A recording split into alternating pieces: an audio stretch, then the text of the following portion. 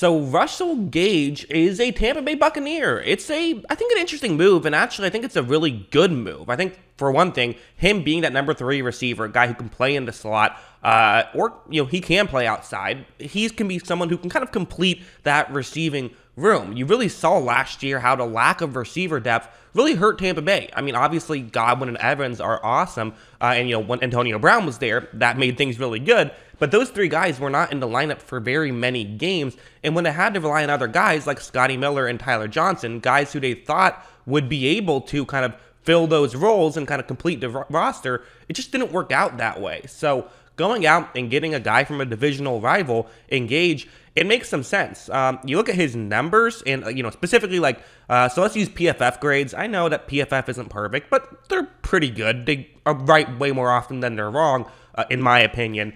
And you look at their numbers, he was the 31st ranked wide receiver according to PFF last year. Now, just on 609 snaps, only 407 of those which were passing snaps. So, 200 he was run blocking. So we're dealing with a bit of a small sample size for sure. He usually floats around 500 to 700 snaps, and that's kind of what he is. He's a number 3 receiver, and Tampa Bay isn't going to ask him to be anything more than that. And quite frankly, I mean, let's just be honest. This is the perfect Brady fit, right? Brady loves his little guys. Gage is 6 feet tall, 184 pounds. So this is just kind of what Brady has really utilized over the course of his career, is guys like a Russell Gage, who they are now adding. So it's an underrated move. It's not a big splash, but I think it matters, and I wanted to make a video about it, partially because, hey, I'm a Tampa Bay fan, right? So obviously I care more about this as well. But let's also be honest, the Tampa Bay Buccaneers are a team that they're competing, and they're competing immediately. So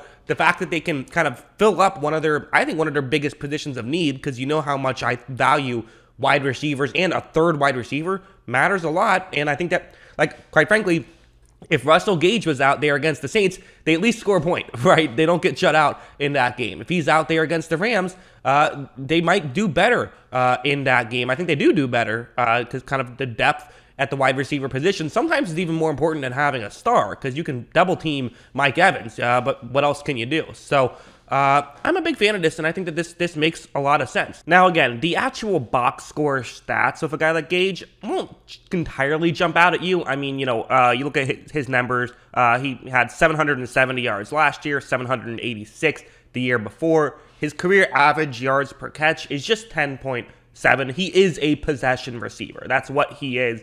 You're not expecting him to be anything different. But you know what? Godwin and Mike Evans are 2 great deep threats, especially Evans, obviously. That's what he's known for. But Godwin can do it as well. And so having someone who can just, sometimes just find a soft spot in the zone and make a catch and get us 8 yards. That's kind of what we needed last year, and it's what they have now. So should be interesting stuff. That's what I think. What do you guys think about this move? Let me know in the comments below. Always love hearing from you. And of course, as always, thanks for watching.